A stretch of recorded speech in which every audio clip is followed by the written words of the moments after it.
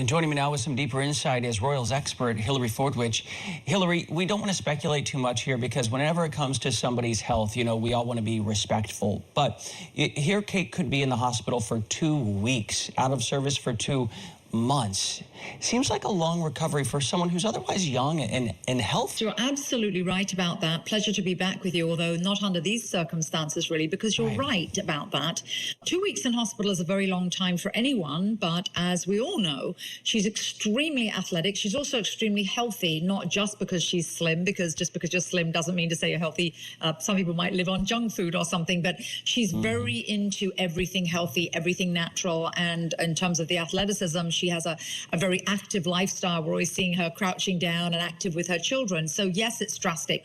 Also, it sounds like a contradiction when they said that this was planned, but yet many of her royal engagements, including an upcoming trip to Italy that was planned for later on in March, would have to be postponed and then obviously undertaken later. But it isn't really a contradiction because this only occurred over the weekend. They meant planned in terms of not an emergency. She wasn't suddenly admitted and they suddenly decided to do surgery. But this was just determined only this past weekend, although they have not revealed any other details.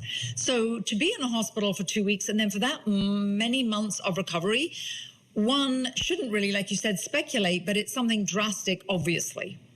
Right, and seemingly time sensitive, although I will say the palace, they were quick to say this is non-cancerous. Any idea why they would volunteer something like that, but then keep the cause quiet?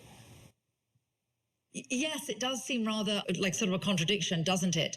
They obviously wanted to allay fears that it was something that was life-threatening. I think that's what it's saying by saying it's non-cancerous. But obviously she's had 3 children. We know that she had terrible morning sickness in terms of with her pregnancy, at least 1 or 2 of her pregnancies. So this could have been an ectopic pregnancy. This could be a hysterectomy, something as drastic as that. Obviously, to be incapacitated for that long has to be very serious. And if it was somebody who was lethargic or didn't undertake many duties, it may not be so surprising. But for somebody as active as her, it certainly is a great consternation.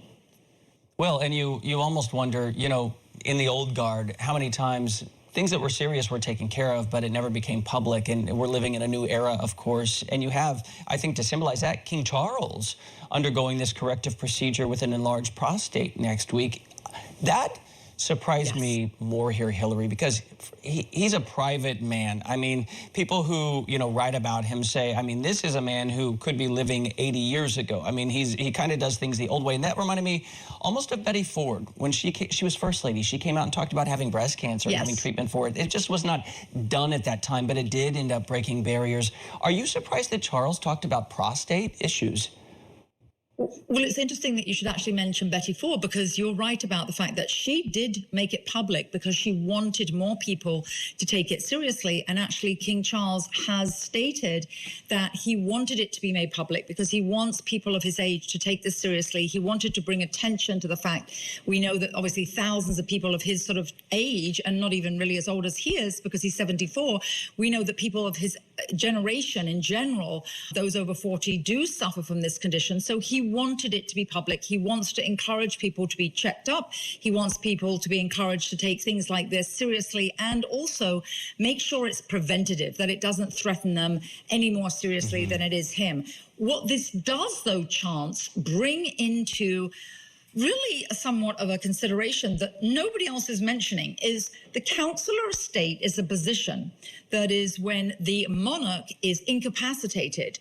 There are those that are assigned to be able to take over royal duties. Well, the Prince of Wales, obviously we know, Prince William, he's next in line to the throne. He's one of the councillors of state, and he is going to be, it is stated that he's going to be staying by his wife's side, by his children's side. He is not going to be undertaking any official duties in the upcoming future. So that almost takes him out of the Councillor of State role. So it shows you that this is a very important role. Now, who is still a Councillor of State who doesn't any longer live in the UK, and it's rather an issue in the UK?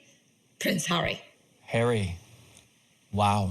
I see. Okay, Hilary. I had not read that anywhere. I'm glad you pointed that out. Yeah, I'm sure. And people living in the UK would be aware of it. And again, both of these announcements made on the same day. The palaces typically coordinate, and, they do things very deliberately. So again, they put them out at the same time, same day. Royals expert Hilary Fordwich, valuable having you here. Thank you so much. You're welcome, Chance.